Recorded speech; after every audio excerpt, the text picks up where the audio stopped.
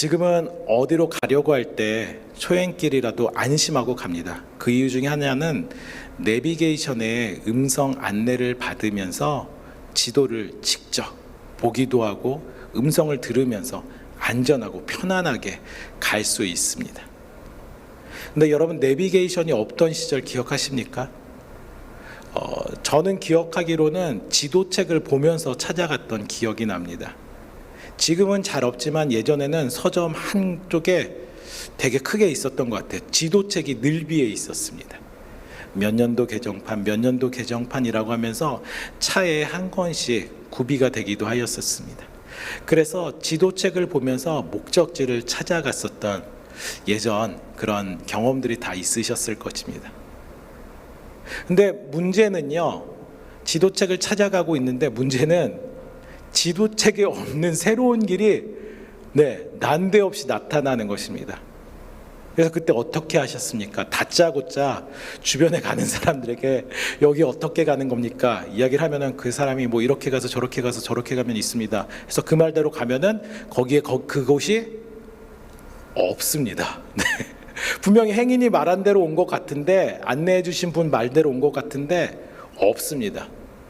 그때 어떡하십니까? 이제 경험이 많은 분들, 지혜로운 분들은 아예 처음부터 길을 물을 때 노하우가 있더라고요. 주변에 제일 오래되어 보이는 복덕방을 찾아가는 것입니다. 부동산에 찾아가면 부동산 사장님이, 부동산 할아버지가, 복덕방 할아버지가 주소를 보더니 여기 거기 그러면서 대충 약도를 그려주십니다. 그래서 그 약도대로 찾아가서 있으면 다행인데 없으면 곤란하죠. 그제서야 공중전화 박스에 가서 목적지에서 만날 사람에게 전화를 겁니다. 자신이 있는 곳을 설명합니다. 전화로 여기저기 설명을 듣지만 전혀 모르겠어요. 그때 수화기에서 상대방이 안심되는 말이 오죠. 영화 대사에나 나올 법한 말인데, 내가 갈게, 거기 있어. 그리고 한 30분쯤 되면 목적지에서 만나기로 한 사람이 데리러 옵니다. 이제 그 사람과 함께 목적지에 가는데 어떻게 가죠? 지도가 필요 없습니다.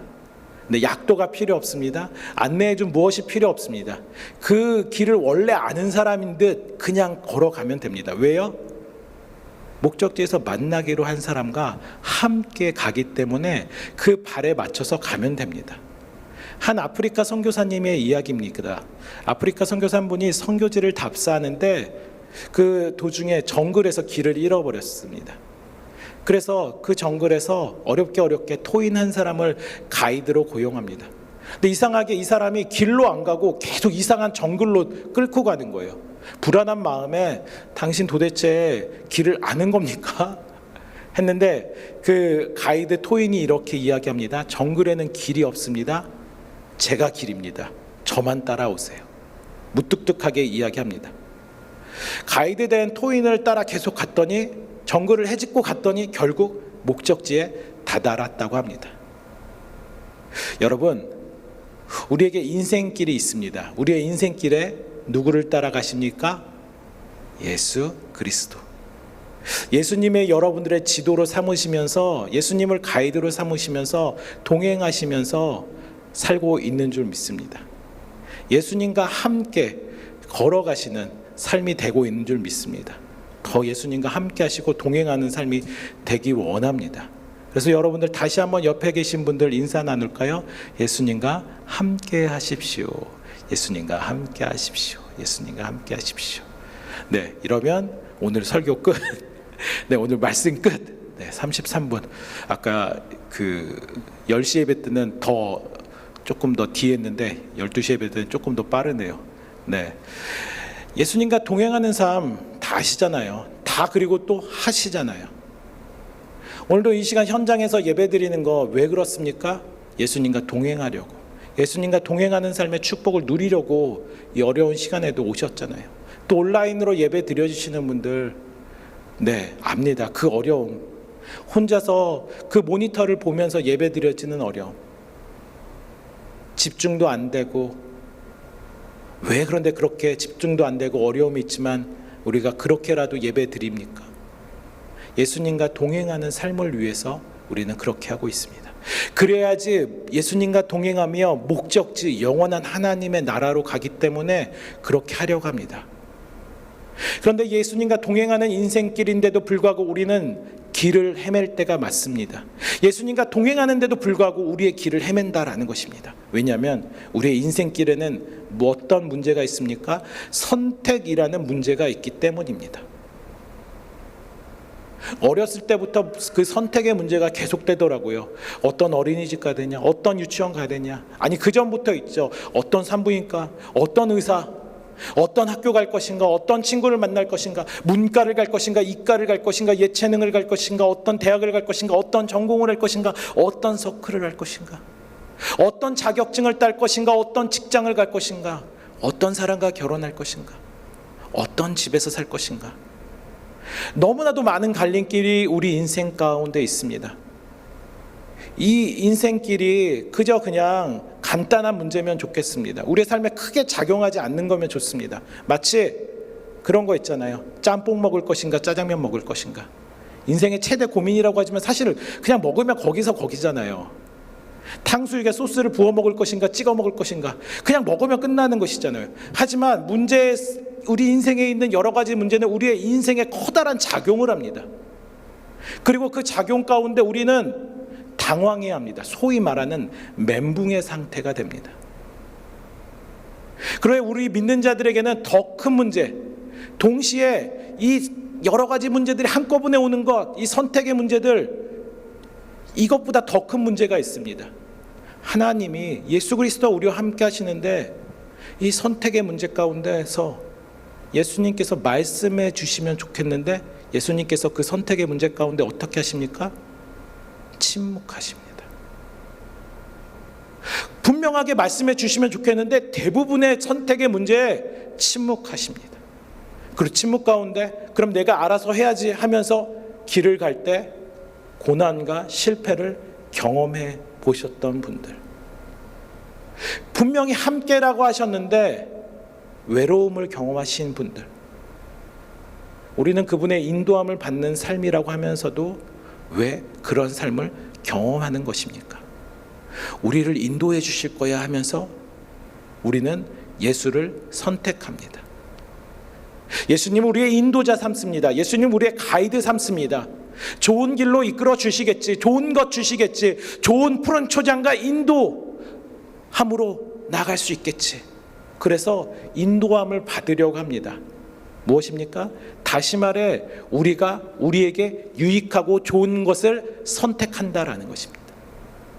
다들 경험해 보셨지만 어지러웠던 주변이 평탄해질 때, 안 되었던 일들이 잘 풀릴 때 말씀도 잘 들리는 것 같습니다.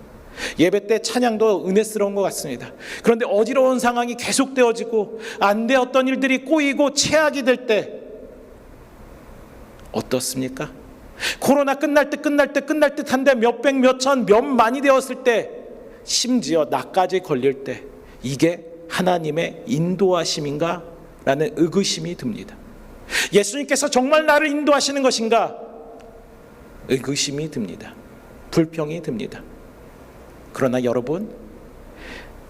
여러분이 선택하는 것이 무엇이든 하나님의 섭리이며 길임을 바라보시기 바랍니다.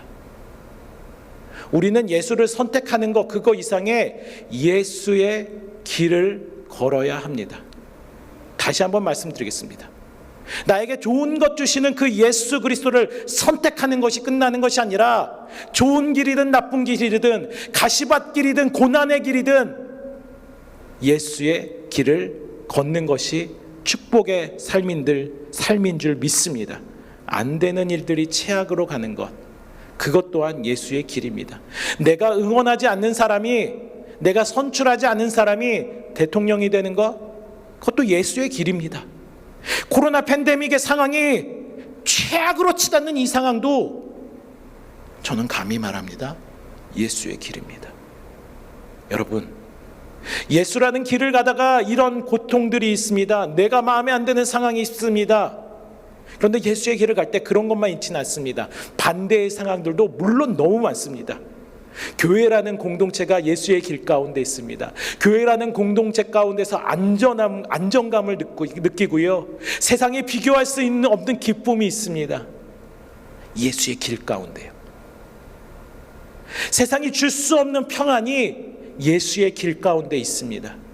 그래서 다메섹 도상에서 예수님을 만나고 예수의 길을 가겠다고 결단하는 사도 바울은 그 이후 이렇게 고백합니다. 고린도후서 6장 9절에서 10절의 말씀입니다.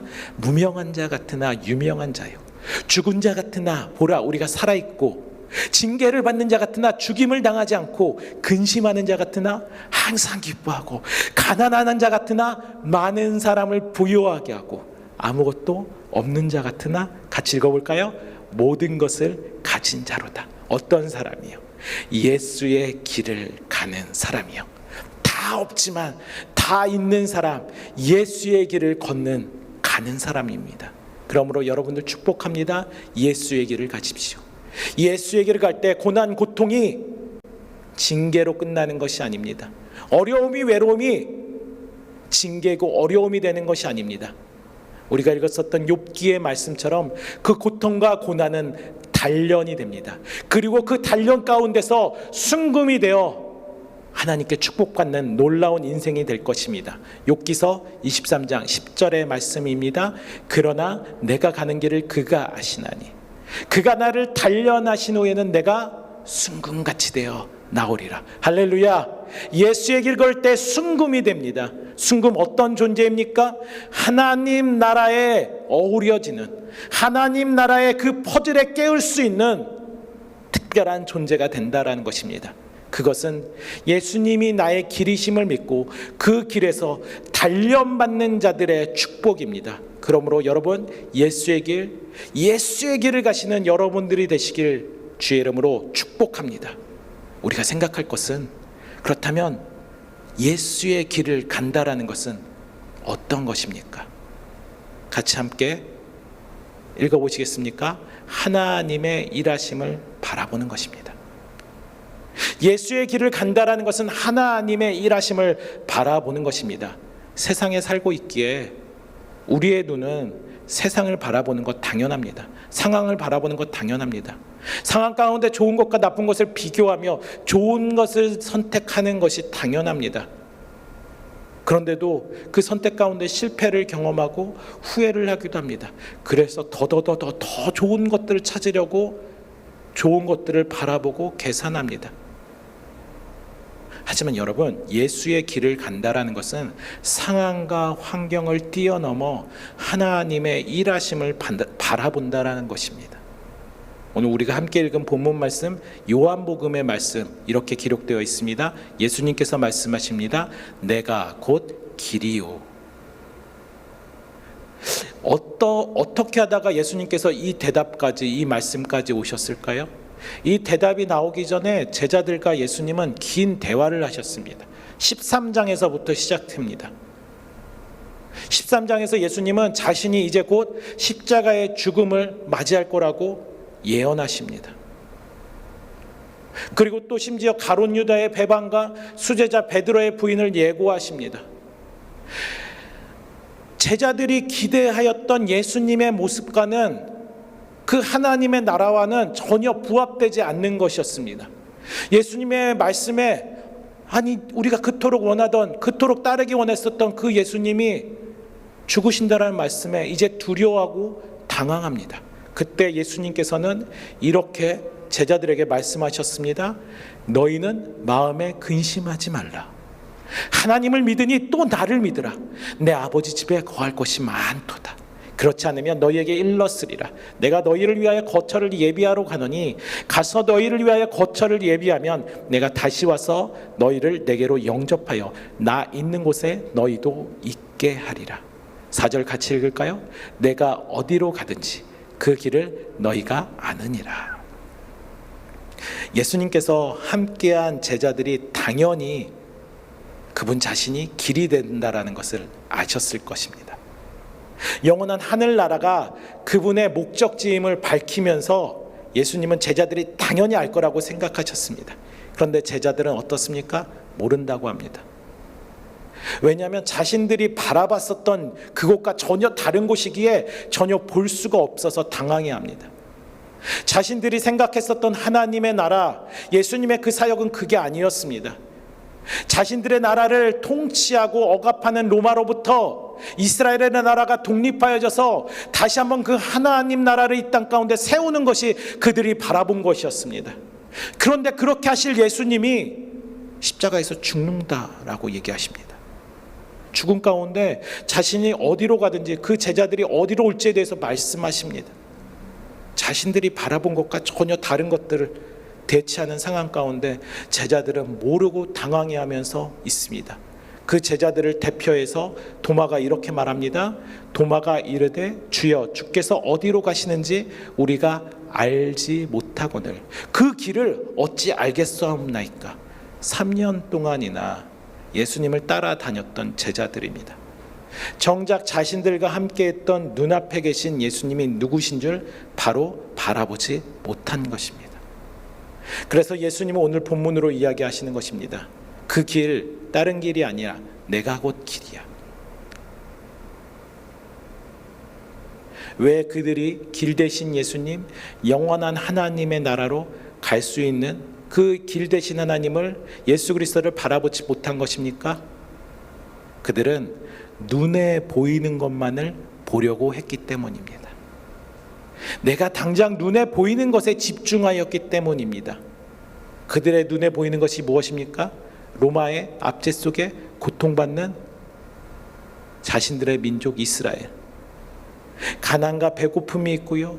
그 가운데 민족을 배신한 민족의 지도자들, 눈에 보이는 상황들, 그 환경들만을 바라본 것입니다.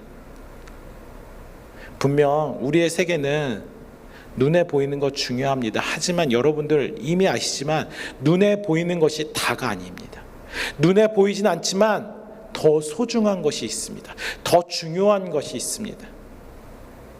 지금은 미국 땅이 되었지만 알래스카는 원래 러시아의 영토였음을 우리는 알고 있습니다. 그 땅을 1867년에 미국이 샀다고 합니다. 이 알래스카 전체의 그 크기는 미국 본토의 20%라고 합니다. 어마어마한 크기죠. 근데 그 땅을 얼마에 샀냐면 720만 불입니다.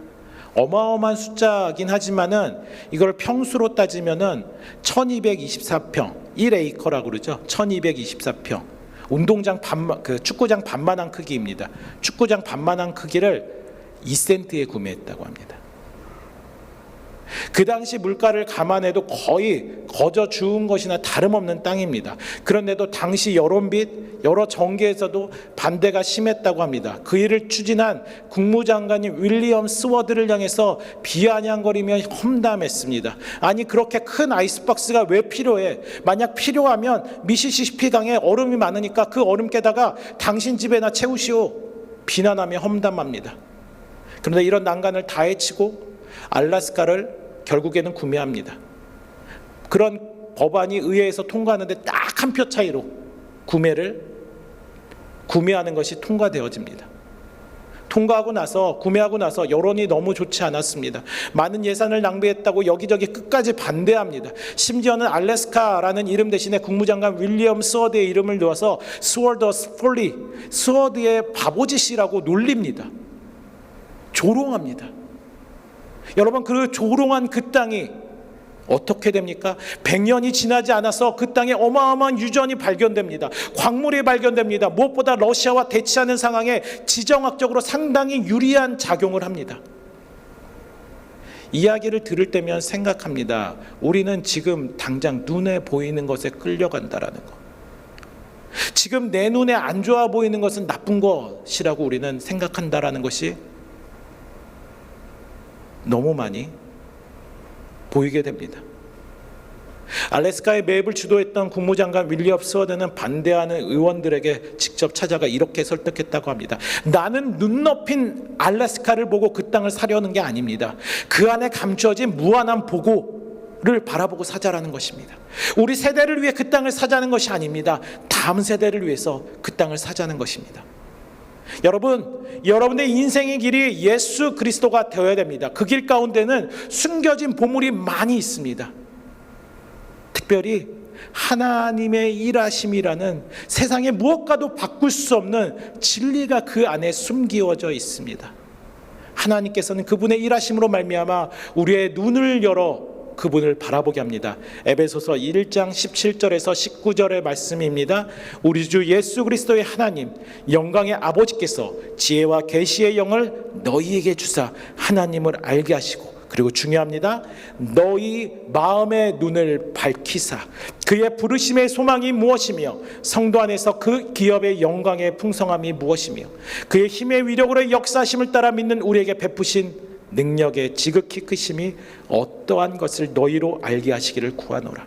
우리의 마음의 눈을 밝혀 하나님의 일하심을 바라보게 한다라는 것입니다. 물론 예수의 이 길에는 당장에는 눈 덮인 것 같은 그 알라스카와 같은 추운 고통이 있고요, 외로운 고통이 있습니다. 고됨이 있습니다.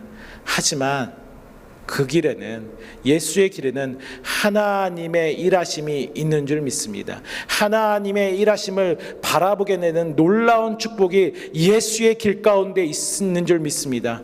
외로움의 상황 가운데 나와 함께 하시는 하나님의 따뜻한 손길, 그 손길이 있고요, 가시밭길이든 돌짝발길이든 나를 안으시고 업으시는 그분의 넓은 등을 경험하는 놀라운 은혜가 있을 줄 믿습니다. 또한 여러분들이 예수의 길을 갈 때 여러분뿐만 아니라 여러분들의 다음 세대, 여러분의 자녀, 여러분의 후손, 여러분들의 가족, 가문에게 놀라우신 하나님의 섭리가 있을 줄 믿습니다. 두 번째로 예수의 길을 간다라는 의미는 이렇습니다. 같이 읽겠습니다. 하나님과 관계를 맺는다라는 것입니다. 같이 읽을까요? 하나님과 관계를 맺는 것입니다. 우리의 삶과 분리할래 할 수 없는 것이 있는데 그것은 길이라는 것입니다. 세상에는 수많은 길이 있습니다. 오솔길, 논길, 골목길, 차도, 국도, 고속도로, 항로, 해로 등 많은 길이 있습니다. 그래서 인류학자들은 이렇게 평가합니다. 그 나라의 문명 척도는 그 나라의 길과 정비례한다. 여러분들이 잘 아시는 로마라는 고대 서구 문명의 과거 중심지였던 로마가 있습니다. 그 로마가 흥왕할 수 있었던 이유는 무엇입니까? 모든 길은 로마로 통한다. 로마로 통하는 길이 모든 곳에 있었기 때문입니다. 로마는 한 지역을 점령하기 위해 먼저 한 일이 부대가 편안하게 다닐 수 있는 그 길을 닦는 것이었습니다. 그리고 전쟁 가운데 승리하면 그 길은 또한 상인들이 다니면서 경제적인 교류를 합니다. 로마가 오랫동안 유럽을 제패할 수 있었던 이유, 길입니다. 전문가의 말을 빌리면 고대 문명의 발상지라고 할 수 있는 중국이 현대 문명에서 개발이 늦은 이유가 길이라고 합니다. 중국인들은 길 대신에 다른 것을 만들었습니다. 무엇입니까? 성을 만들었죠. 성벽을 쌓았죠. 만약 성을 쌓는 에너지를 길을 만들었다면 아마 중국이 세계의 중심이 되었을 거라고 인류학자들은 평가합니다. 미국 또한 그렇습니다. 상대적으로 빠른 속도를 한 것도 거미줄처럼 얽힌 고속도로 때문입니다. 우리나라도 마찬가지입니다. 일찍 고속도로를 만들었기 때문에 우리나라 놀라운 경제 속도를 가지고 발전했습니다. 지금 우리나라의 도로 포적률이 98%라고 합니다. 사방팔방으로 길이 뚫려 고속도로가 나고 포장이 잘 되어 있어 어디든지 편안하게 갈 수 있습니다. 길은 이렇게 중요합니다. 이렇게 중요한 길 가운데, 우리의 길 가운데 막힌 길이 있습니다. 아담과 하와의 범죄로 인해서 하나님께 나아가는 길이 막혔습니다. 우리의 인생의 길에 결국 하나님께로 나가는 길이 아담과 하와의 범죄로 말미암아 막힙니다. 창세기 3장 24절입니다. 이같이 하나님이 그 사람을 쫓아내시고 에덴 동산 동쪽에 그룹들과 두루 도는 불칼을 두어 생명나무의 길을 지키게 하시니라. 아담이 살던 에덴 동산은 사방으로 길이 열려져 있었습니다. 사방으로 어디로 가든지 하나님께 나갈 수 있는 축복이 있었습니다. 하지만 범죄한 가운데 그 길이 어떻게 됩니까? 막혀집니다. 죄 때문에 거룩한 하나님께 나아갈 수 없는 비참한 존재가 됩니다. 거룩한 하나님께 도저히 나아갈 수 없어 그 길이 막히게 된 것입니다. 가장 큰 비극이 인류 가운데 시작된 것입니다. 하나님과의 관계가 이로써 깨어진 것입니다. 분당오림교회 사역 전에 제가 한 사역은 말레이시아에서 이제 해외 선교회 사역을 감당하려고 했습니다. 말레이시아는 이슬람 국가여서 말레이시아 현지인들에게 포교, 전도 활동이 금지됩니다. 이제 그렇게 하다가 종교 경찰에게 포교나 전도 활동을 다 걸리면은 추방당하게 됩니다. 영구 추방이죠. 그래서 저도 이제 그 현지인들을 위한 사역보다는 난민들, 주변에 미얀마라든지 캄보디아에서 일을 하기 위해서 온 난민들을 위한 사역이라든지, 그리고 특별히 말레이시아로 이제 유학 온 학생들이 참 많이 있습니다. 왜냐하면 말레이시아에 국제 학교가 잘 되어 있어서 조기 유학으로 온 어린이 청소년들이 많았습니다. 근데 이 청소년들 중에 한국에서는 신앙생활을 하지 않고 먼 타국이다 보니까 한국의 그 향수를 위해서, 한국의 문화를 위해서 한인교회에 오는 학생들이 많았습니다. 신앙생활을 도저히 하지 않았던 친구가 와서 이제 예배를 듣고 성경 말씀을 들으려니까 어려운 것입니다. 그래서 차근차근히 이제 어린이들에게 그 신앙에 대한, 믿음에 대한, 하나님에 대한 것을 알려주는데요, 참 어려웠습니다. 예배가 뭔지, 하나님의 은혜가 뭔지, 찬양한다라는 것이 뭔지 뭐 하나하나 알려주는데 제일 막히는 부분이 이거였습니다. 바로 천국과 지옥이었습니다.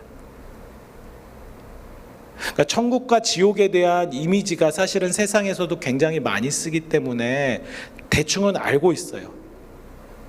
대충은 알고 있는데 지옥 가서 영원히 죽는다라는 것이 무엇인지, 천국에서 사는 게 무엇인지, 천국에 가면은 뭐 휘황찬란한 보석이 있고 황금이 있고, 어떤 친구는 말합니다. 우리 집에도 보석 많은데요.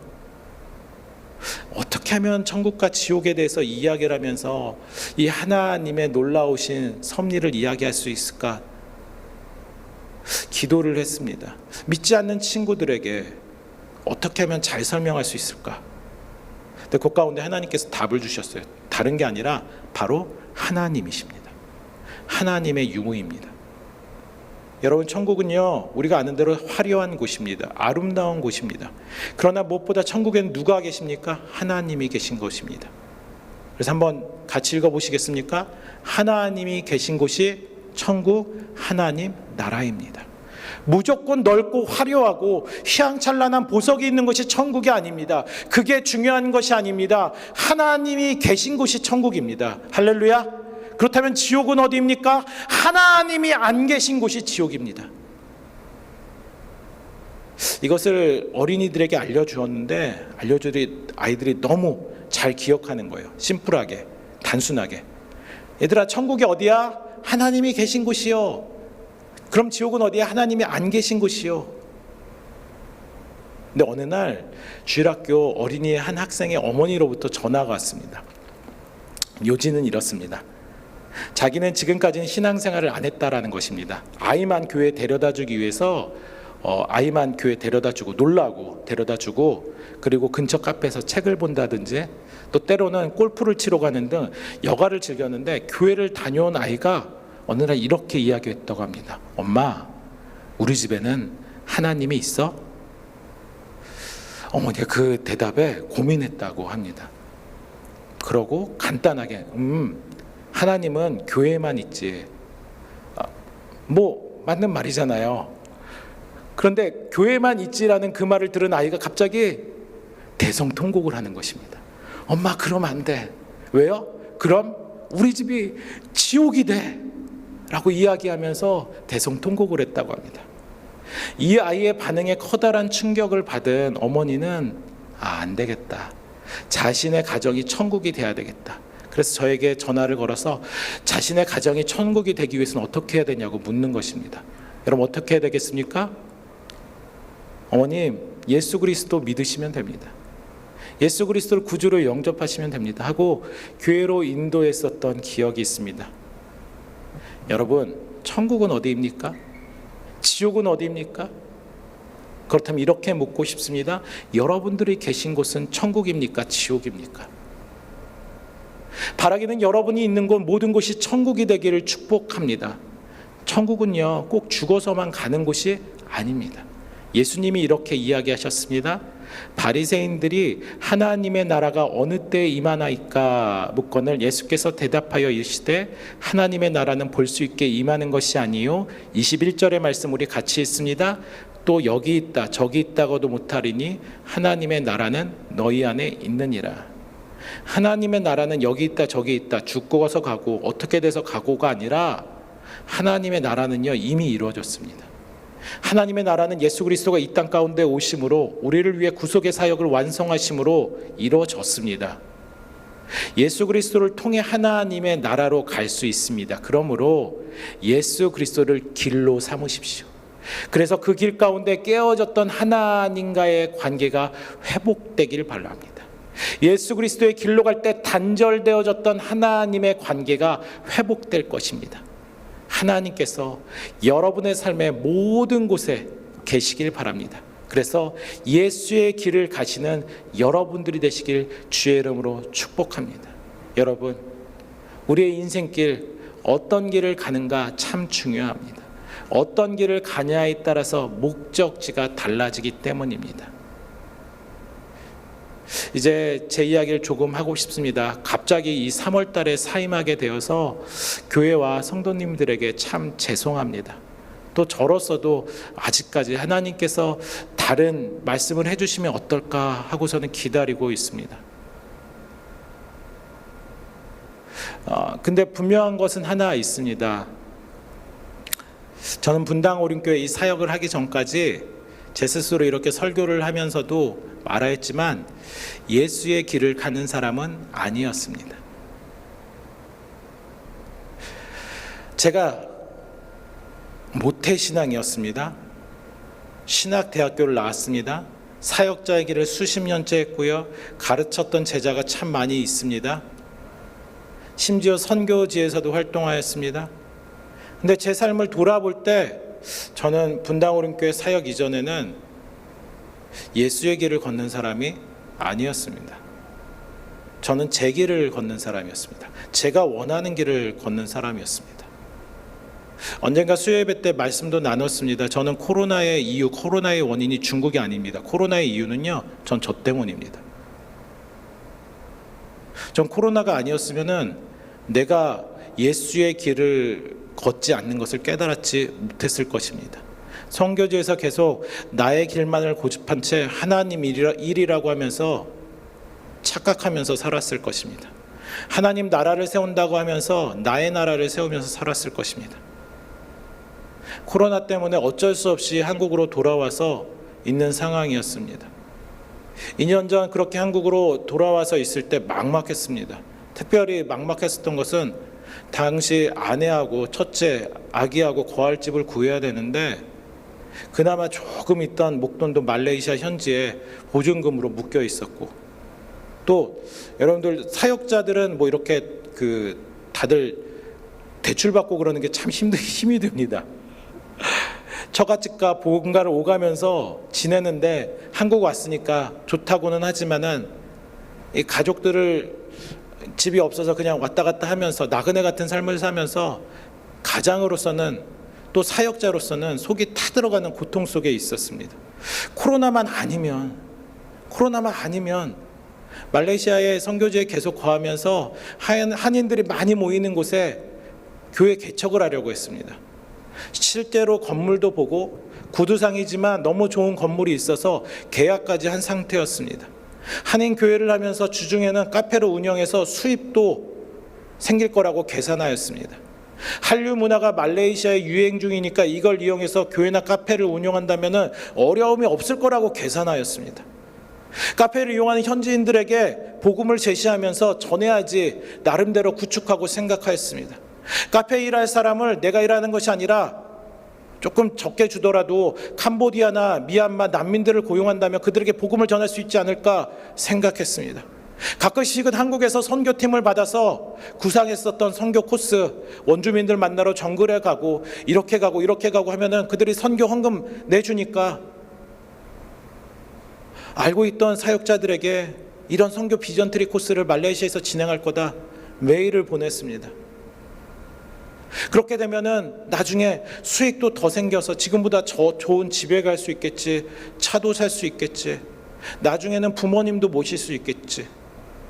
당시에 저를 마음에 안 들어 하시던 장인 장모님께서도 이런 상황을 보시면 인정하시겠지. 와, 하나님 살아계시겠네, 신앙생활 하시겠지. 수많은 계산을 했었습니다. 그런데 코로나로 인해서 딱 막힌 것입니다. 그러고 한국에 와서 집도 못 구하고 정처 없이 나그네와 같이 다닐 때였습니다. 이제 돌진한 아이 한 명 데리고 아내와 같이 여기저기 다니는 모습이 너무 속상했습니다. 앞으로 어떻게 살아야 될까? 사역자로 과연 살 수 있을까? 고민하며 하나님께 기도했습니다. 차라리 이렇게 살 바에는 그냥 일하는 게 더 낫지 않을까?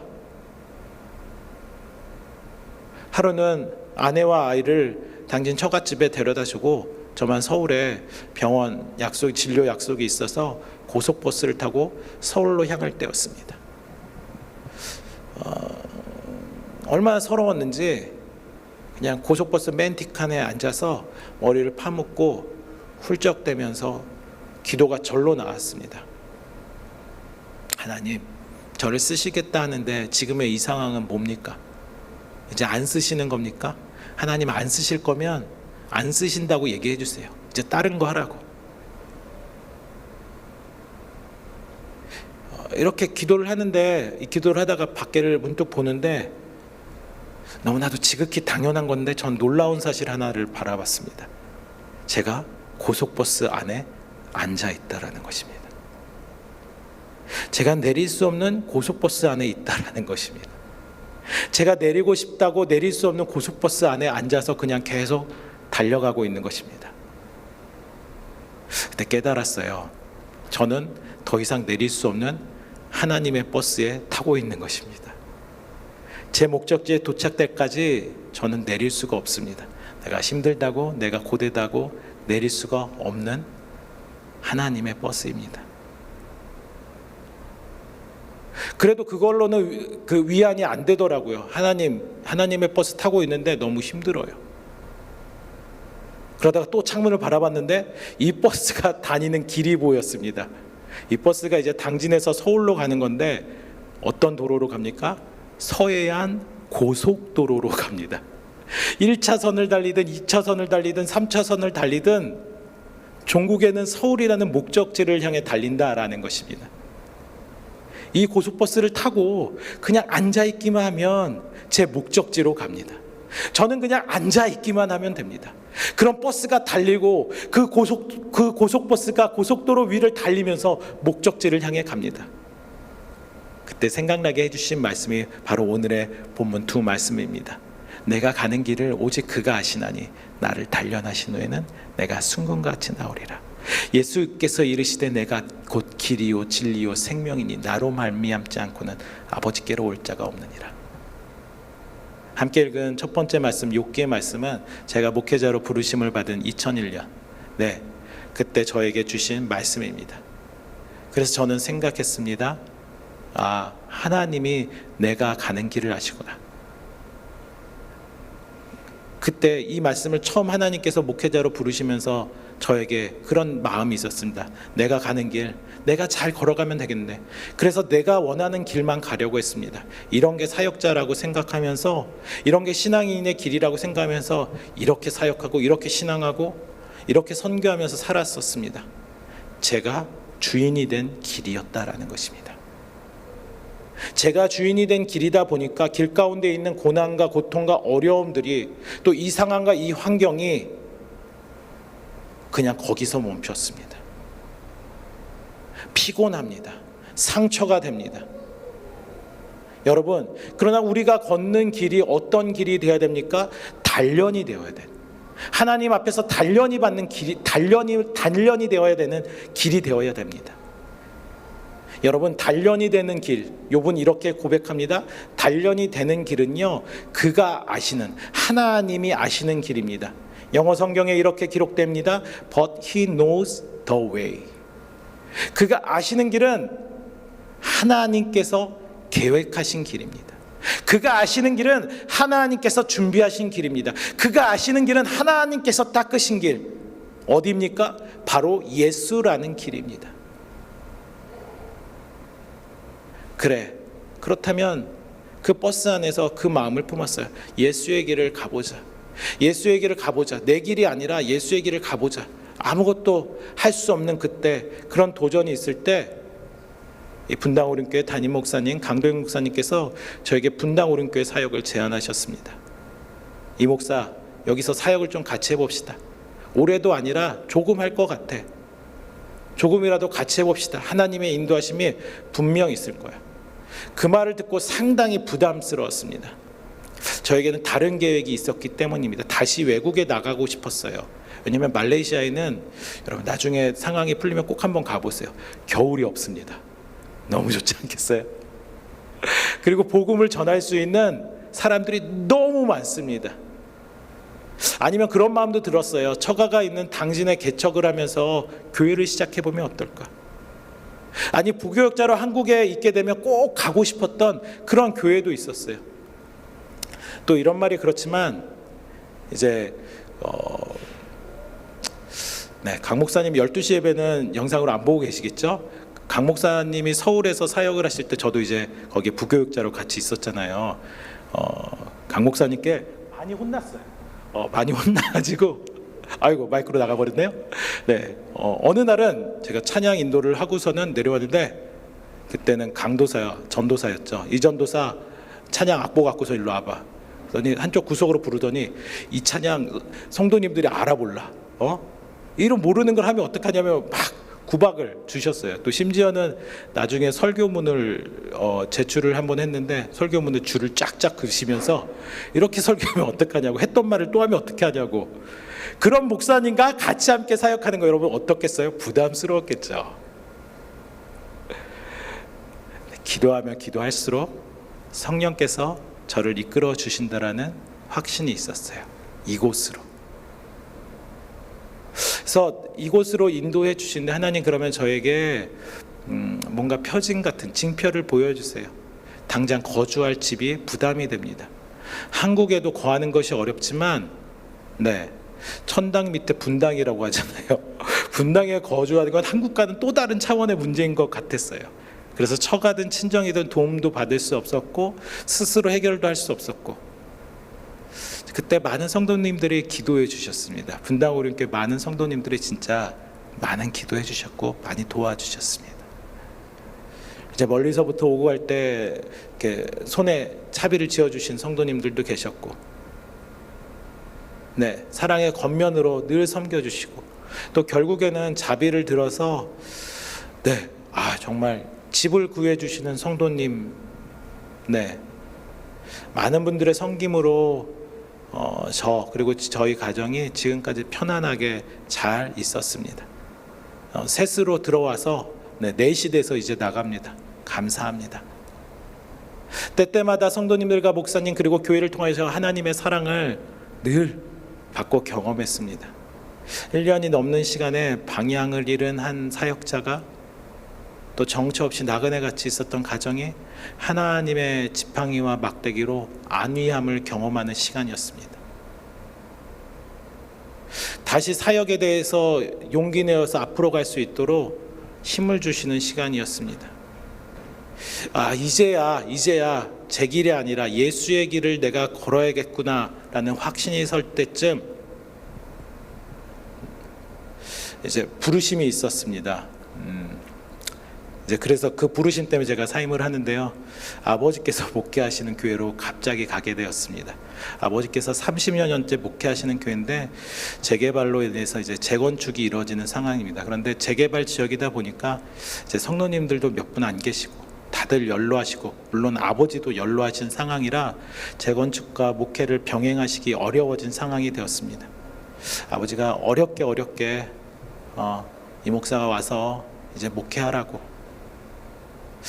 근데 그 말을 듣는데 인간의 아들의 정이 있지만 저는 이게 과연 맞는 것인가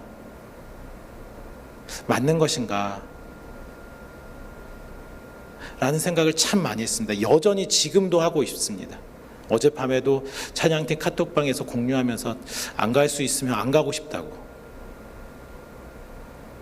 그런데 가려고 합니다. 왜냐하면 저와 저의 가족이 예수의 길로 다니는 성령님의 버스 안에 있다라는 확신이 있었어요.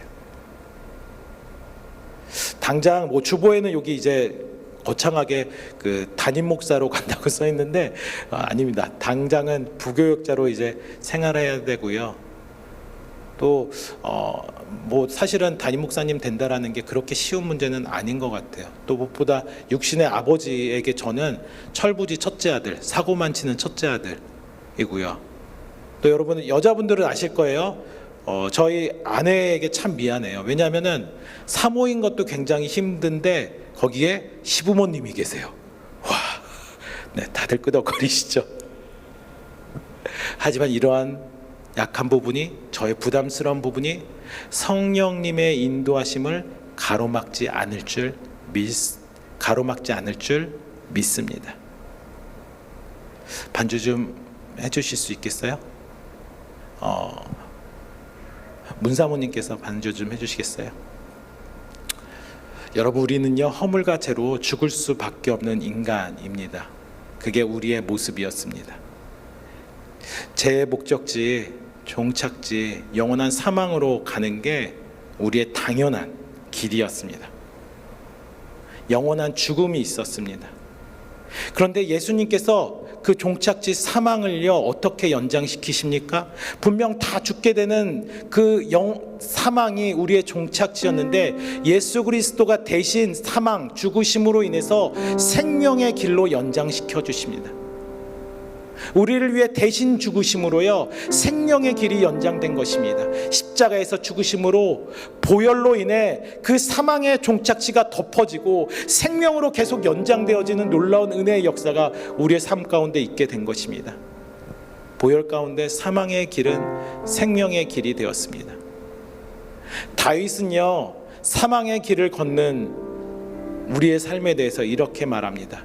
시편 곳곳에서 그가 예수 그리스도를 고백하였는데 특별히 예수 그리스도로 인한 삶 가운데 걷는 사람들은 이런 은혜가 있을 거라 고백합니다. 우리 같이 고백할까요? 내가 사망의 음침한 골짜기를 다닐지라도 해를 두려워하지 않을 것은 주께서 나와 함께 하심이라. 주의 지팡이와 막대기가 나를 안위하시나이다. 우리는 내 길이 아니라, 우리는 내가 원하는 길이 아니라 우리는 예수의 길을 가야 되는 사람들입니다. 예수와 함께 동행하는 것, 좋은 길 가야지 선택하는 것, 그것이 아니라 예수의 길을 걷는 여러분들 되시길 주의 이름으로 축복합니다. 여러분, 예수의 길을 가기 위해 성령으로 인도함을 받는 그 버스 안에 타십시오. 그냥 앉아 있으면 됩니다. 성령님의 인도함을 받는 성도는 다른 출구로 가지 않고요 계속 그 목적지를 향해 갈 것입니다. 왜냐하면 성령님이 밤낮 없이 달리실 것이니까요. 성령님이 쉴 새 없이 달리실 것이니까요. 성령님이 우리의 약함을 하시고 우리를 위해서 중보하시기 때문이에요. 그러므로 예수의 길의 종착지로 우리는 결국에는 도착하게 될 것입니다. 우리 함께 이 시간 찬양 드려지며 우리의 마음의 결단을 드리려고 합니다. 우리의 가는 길, 내가 선택한 길이 아니라, 내가 원하는 길이 아니라 예수 그리스도의 길, 내가 원하는 대로만 가는 길이 아니라 내가 원하지 않아도 가는 그 예수의 길 걷는 여러분들의 삶을 축복합니다. 우리 함께 찬양 드립니다. 주님 다시 오실 때까지, 주님 다시 오실 때 나는 이 길을 가리라. 예수 그리스도의 길을 가리라. 그 길은 좁은 문 같습니다. 그 길은 좁아 보입니다. 그 길에는 비참한 저주의 십자가도 있습니다. 그런데 그 길의 끝에 무엇이 있는지 아십니까? 나의 가는 이 길 끝, 우리의 종착지에서 우리는 정말 그분,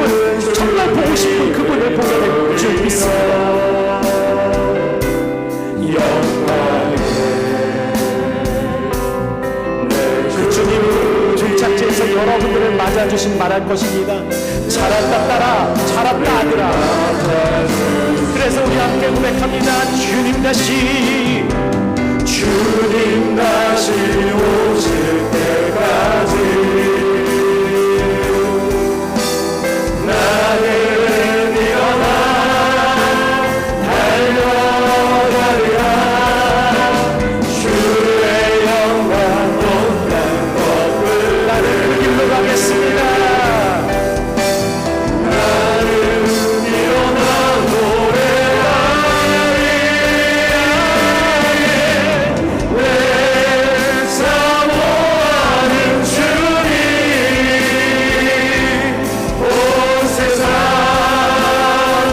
구주시라. 내 사모하는 주님 영광의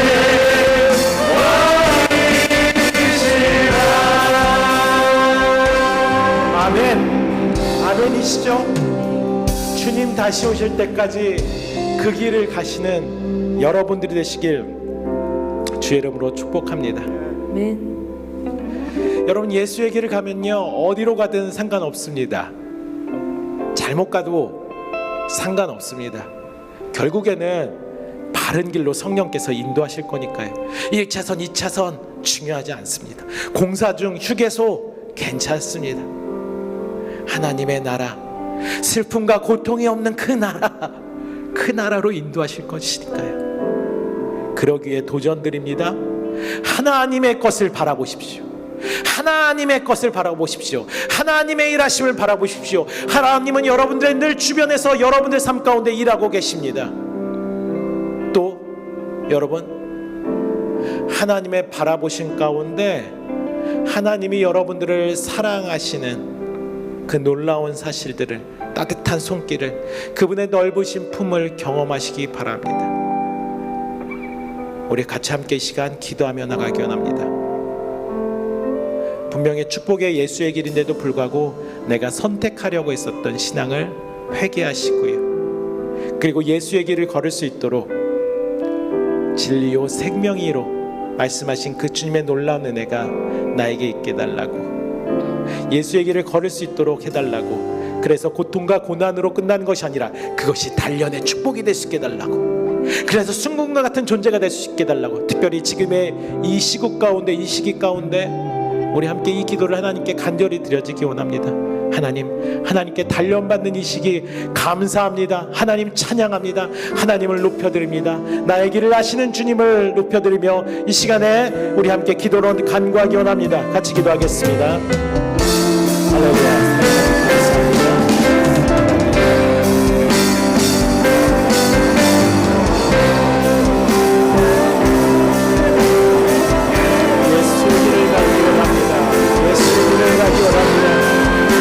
예수의 길을 가기 원합니다.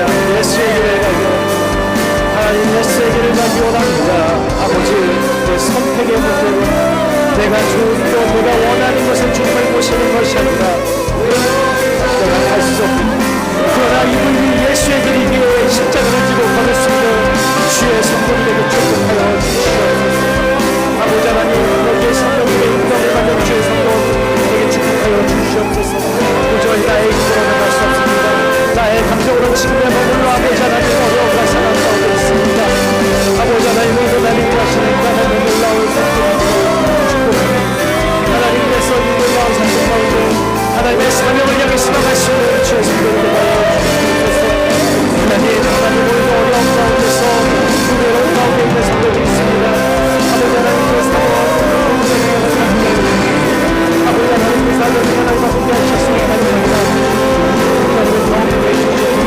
하나님의 일하심을 바라보게 하시옵소서. 세상의 것이 아니라 하나님의 것을 바라보는 힘쓰는